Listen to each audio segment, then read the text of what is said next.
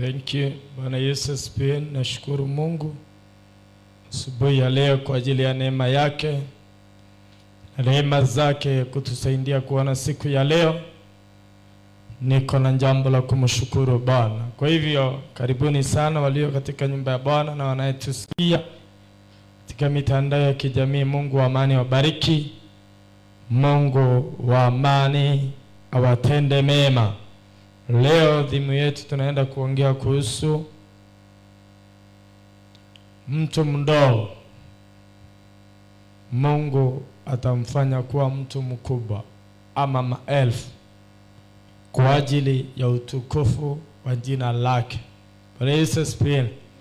Kwa hivyo usidharau mtu mdogo, usidharau hali ya undogo, maana katika hiyo hali Mungu anatumia, anainua, anafanya mambo makubwa kwa ajili ya utukufu wake mwenyewe.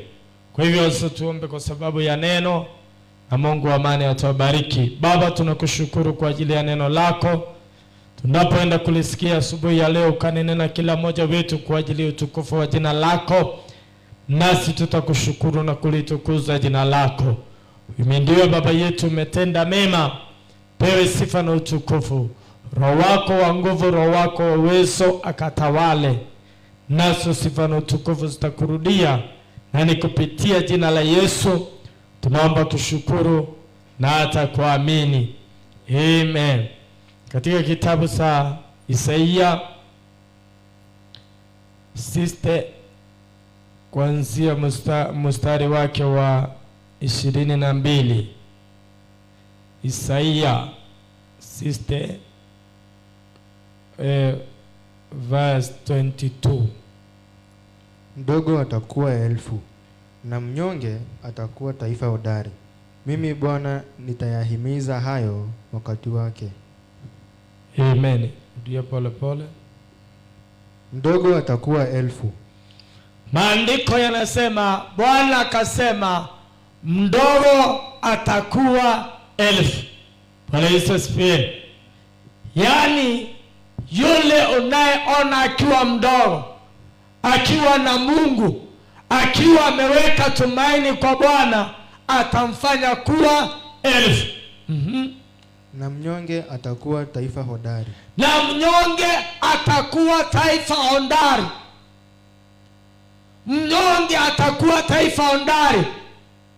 Kwa hivyo wakati wowote unapoona ukiwa katika hali ya unyonge, ukiona mtu akiwa katika hali ya unyonge, akiwa mnyonge, wewe usimudharau, usimchukie, maana kuna Mungu aliye mbinguni aliye na uwezo wa kumfanya kuwa hodari. Bwana Yesu asifiwe. Kila kitu na kuwa hodari, sio mwanadamu anajifanya kuwa hodari, ni Mungu anafanya mtu kuwa hodari. Bwana Yesu asifiwe. Amen. Yaani katika unyonge Mungu akiingilia inakuwa taifa kubwa. Katika unyonge Mungu akiingilia unakuwa mtu hodari. Kwa hivyo kile kinachohitajika ni kuwa na mawasiliano na Mungu, kuweka tumaini kwa Mungu, na kwanza wewe mwenyewe usijidharau. Waamini katika kila jambo, katika kila hali Mungu akikuonekania na akikuongoza, utakuwa taifa kubwa na utakuwa hodari. Bwana Yesu asifiwe. Amen.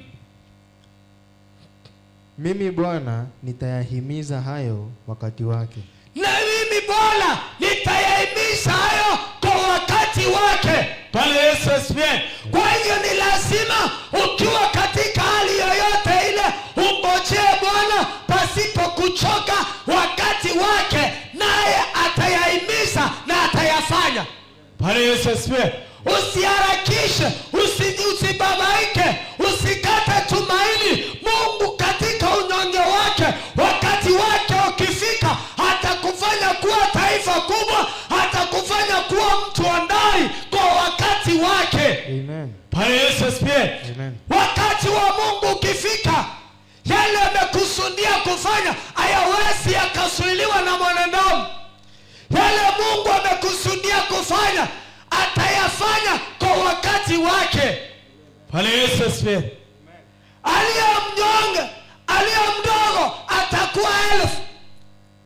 Aliye mnyonge atakuwa ondari. Bwana Yesu asifiwe.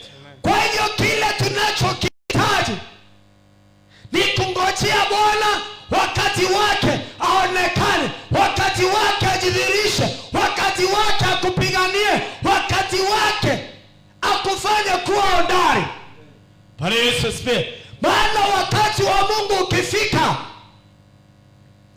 Bwana amesema atayahimiza hayo kwa wakati wake.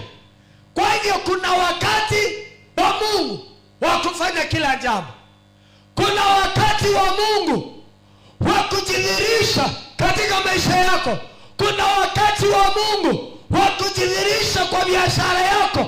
Usikufe moyo, usikate tumaini. Bwana Yesu asifiwe. Ayubu ananifurahisha.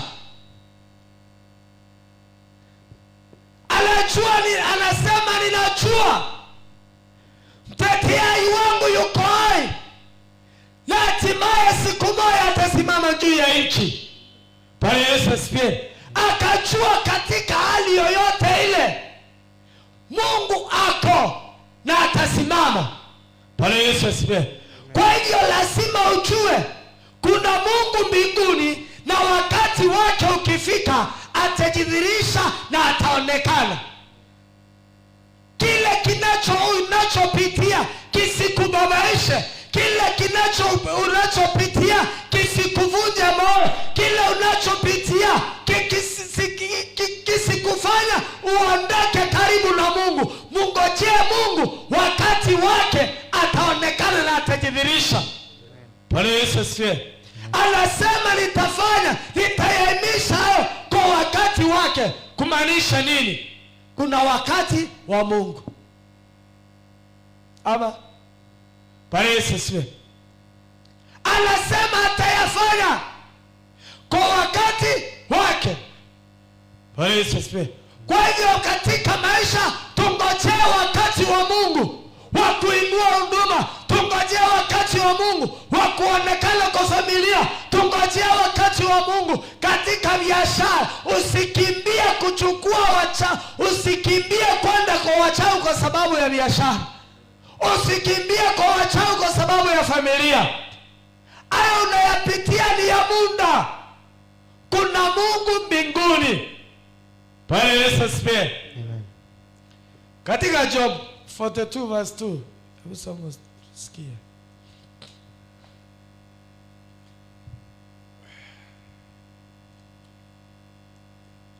Najua ya kuwa waweza kufanya mambo yote. Maandiko yanasema Ayubu akaambia Mungu, ninajua unaweza ukafanya mambo yote. Na ya kuwa makusudi yako hayawezi kuzuilika. Na ya kwamba makusudio yako hayawezi kuzuilika. Bwana Yesu asifiwe. Makusudio ya Mungu katika maisha yako hayawezi yakazuilika. Amen. Kwa hivyo kile kinachohitajika ni usimame na Mungu. Ayubu akawa na imani, akajua hayo ninayopitia hayawezi yakanibabaisha. Ninajua mteteaji wangu yu hai. Bwana Yesu asifiwe. Akasema ninajua, ni lazima ujue Mungu wako ataonekana. Ni lazima ujue Mungu wako atakutetea. Ni lazima ujue Mungu wako atasimama, na ya kwamba makusudio yake hayawezi yakazuilika. Makusudio ya Mungu katika huduma hii hayawezi yakazuilika. Hayawezi yakazuilika. Makusudio ya Bwana katika maisha yako hayawezi yakazuilika. Kile kinachohitajika ni wewe usimame imara. Changamoto sio za kudumu, ni za muda tu. Kile unachopitia ni cha muda tu. Kuna Mungu mbinguni. Bwana Yesu asifiwe. Amen. Kanjangwa kasikubabaishe. Kuna nchi ya Kanaani na utafika. Bwana Yesu asifiwe. Kwa hiyo unachopitia usibabaike. Mungu atatenda kwa wakati wake. Bwana Yesu asifiwe. Kwa hivyo ngojea Mungu. Mwambie Bwana, ninajua makusudio yako hayawezi yakasuilika. Yale umenipangia hayawezi yakasuilika. Mipango, mawazo unayoniwazia, maandiko yanasema sio ya kuangamia, bali ni ya kuendelea na kutupa tumaini katika siku za mwisho ama siku za baadaye. Bwana Yesu asifiwe. Kwa hivyo makusudio ya Mungu lazima tuyaamini, lazima tujue hayatasuilika, lazima tujue yeye ni Mungu na kando yake hakuna mwingine aliye na uwezo kama wake. Bwana Yesu asifiwe.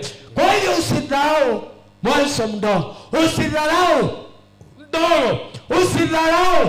mtu mnyonge. Kuna Mungu mbinguni, kuna Mungu mbinguni.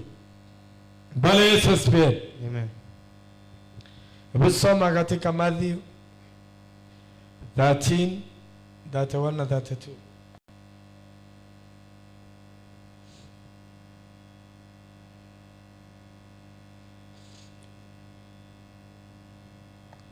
Yesu akapayana mfano wa mbegu ndogo, lakini mti wake ni mkubwa. Bwana Yesu asifiwe. Amen.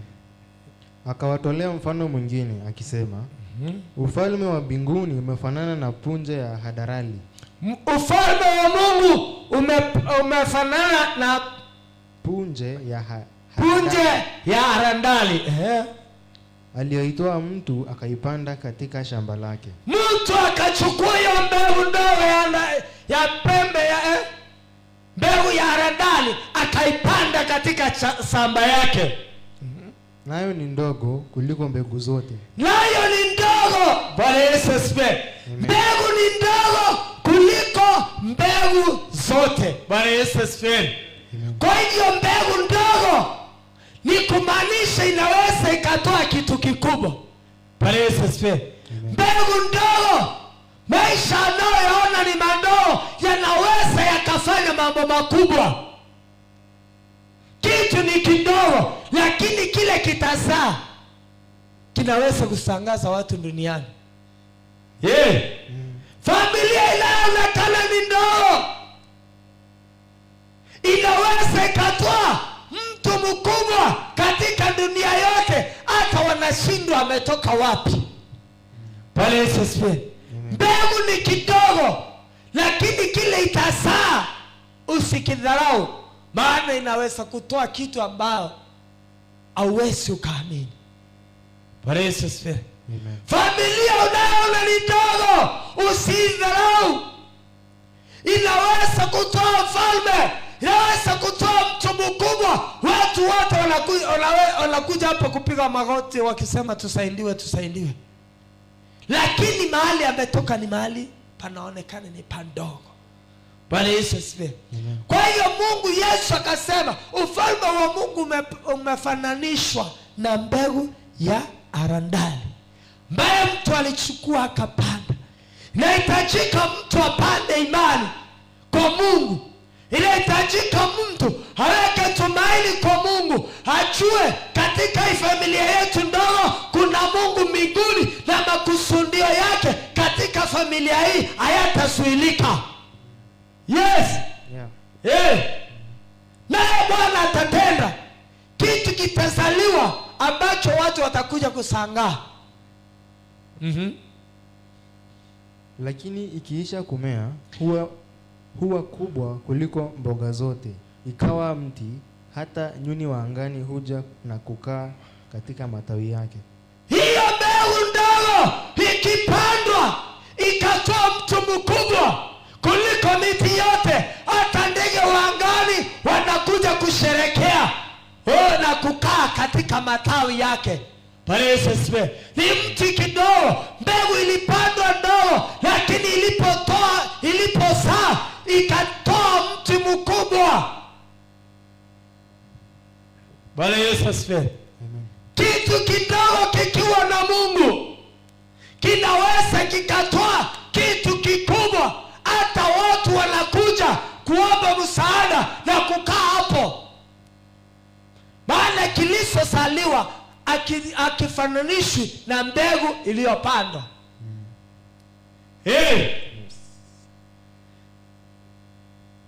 Kwa hiyo maisha yako yapande kwa Mungu, maisha yako yaweke kwa Mungu, tumaini lako liweke kwa Mungu.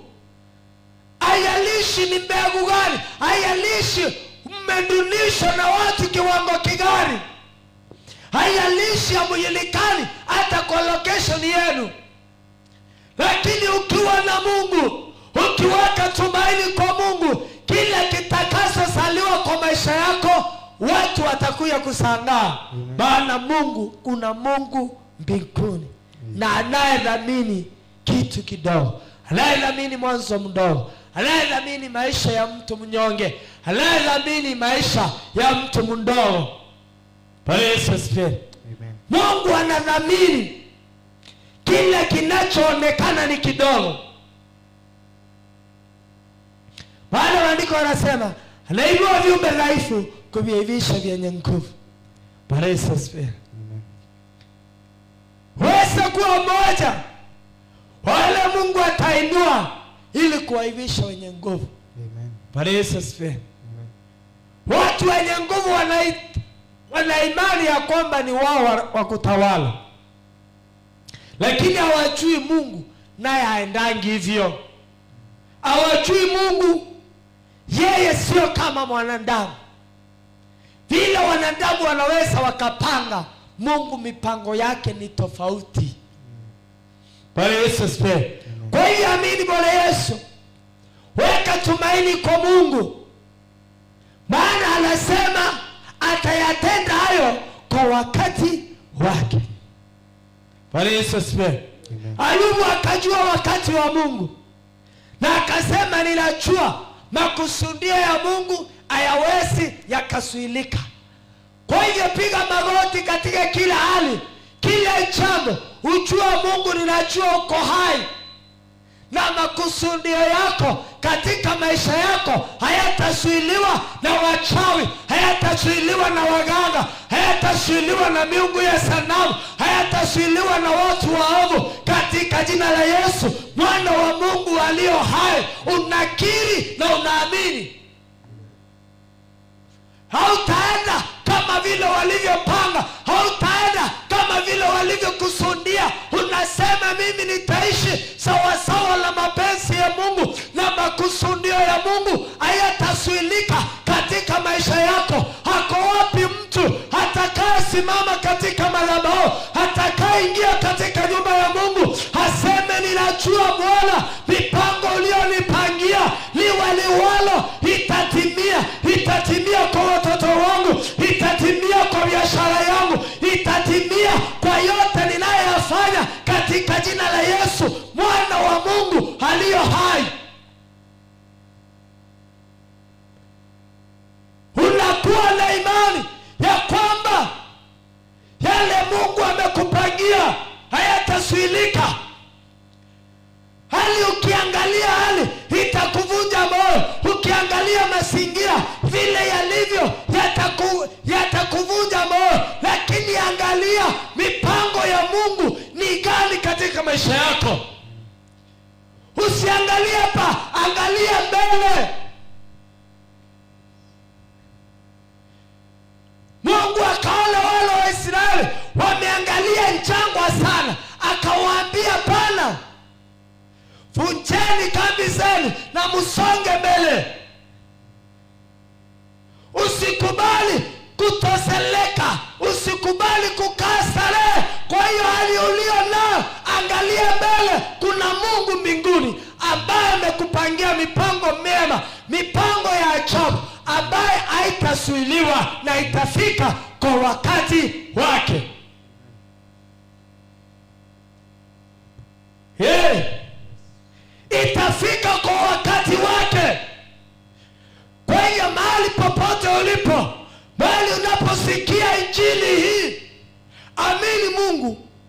na uamini mipango anayokupangia itatimia.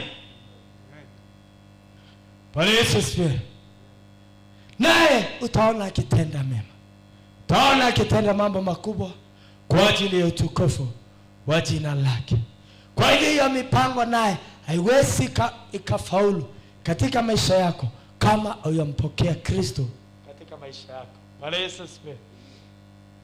Kama huyampokea Yesu, haya hayawezi yakafanyika. Lakini ni vizuri ukabidhi maisha yako Yesu. Mwambie Yesu, ninataka unisaidie, ninataka unifanye kiumbe kipya. Naye Bwana atakuonekania, atakushindania. Kwa hivyo kama hujaokoka, nataka urudie hii ombi nyuma yangu, ukaserende kwa Bwana. Mekaa katika maisha haya, mekaa katika hiyo hali, leo amua kubadilika. Leo amua kupatia Yesu maisha yako akuongoze. Maana tunaamini na tunapokea. Kwa hivyo amini leo, uokoke, uachane na dhambi, naye Bwana Yesu akuokoe na akufanye kuwa kiumbe kipya. Sirudie ombi nyuma yangu, sema: Bwana Yesu, ninakupenda. Mimi ni mwenye dhambi. Metenda dhambi na kutenda yasiyofaa mbele zako. Naomba ukanisamehe. Kavute jina langu katika kitabu cha mauti, uandike jina langu katika kitabu cha uzima. Nimekataa shetani, nimekukubali Yesu uwe mwokozi na mkombozi wa maisha yangu. Kutoka leo, Yesu mwana wa Mungu ulio hai, ukanisaidie na ukanishike mkono. Ninakataa mipango ya shetani katika maisha yangu, na nimekukubali Yesu uongoze maisha yangu na unielekeze. Niwe mtu jinsi upendavyo niwe, na nikupitia jina la Yesu ninaokoka na kuamini. Amen. Bwana amekuokoa na wewe ubadilike. Usirudi kutenda yale uliyokuwa unatenda zamani. Tenda mambo mapya na uombe Mungu, usome maandiko, uende kanisa inayomwabudu Mungu kwa roho na kweli. Kwa hivyo walio wagonjwa, naenda kuomba na wao. Ukiwa katika nyumba hii, amini Bwana Yesu. Ukiwa katika mitandao ya kijamii, mahali popote ulipo, Yesu anakupenda, Yesu anakujali. Amini naye akuweke huru, amini naye akuokoe, naye atakuonekania. Wacha funga macho yako, noa mkono wako na uweke mahali mkono wako mahali unaumwa. Uamini Bwana Yesu ya kwamba mipango anayekupangia sio miovu, bali ni mipango mema ya kukupa tumaini katika maisha yako. Uambie Mungu mapenzi yake yakatimie katika maisha yako katika jina la Yesu. Baba wa mbinguni, katika jina la Yesu, nakushukuru kwa ajili ya anayesikia injili hii. Baba, upokee sifa na utukufu, maana tunajua ya kwamba mipango yako katika maisha yako yetu haiwezi ikazuilika Bwana. Baba, tazama wakati huu, naweka wapendwa mikononi mwako Bwana. Aliyo mgonjwa, ninatangaza uponyaji. Aliyokuwa ameonewa na shetani, ninatangaza kuwekwa huru kwake. Aliyokuwa amefungwa, ninatangaza kufunguliwa kwake. Ninakemea kila magonjwa, ninakemea kila roho ya kutumwa na ya kujileta, yote ninaikamata mateka na kuisambaratisha katika jina la Yesu. Ninatangaza Bwana uponyaji, ninatangaza Bwana kuweka huru. Maandiko yanatuambia kile Baba umeweka huru kimewekwa huru kweli kweli. Ninatangaza Bwana, yeye anayeamini ya kwamba unaokoa, ninatangaza Bwana ukamweke huru. Aliyo mgonjwa Bwana, ninatangaza uponyaji kupitia mapigo yako msalabani. Sisi tumepona na tumeponywa Bwana. Ninatangaza uponyaji wa kimwili na wa kiroho, ukaponye watoto wako, ukawaweke huru katika jina la Yesu. Bwana ukawainue, Bwana ukawatende mema katika jina la Yesu. Baraka na mafanikio zikaandamane na watoto wako katika jina la Yesu. Bwana wa Mungu ulio hai, asante maana Baba umewaponya, asante maana umewaweka huru. Sifa zote zikurudie, na nikupitia jina la Yesu tunaomba kushukuru pamoja na kuamini. Amen. Amen. Mungu wa amani awabariki. Mungu wa amani awatende mema. Kwa hivyo karibuni sana katika ibada. Tutakuwa na ibada live saa 6, lakini ibada tutaanzia saa 4. Karibuni sana tumwabudu Bwana, na Mungu wa amani atawabariki na atawatenda mema. Mbarikiwe.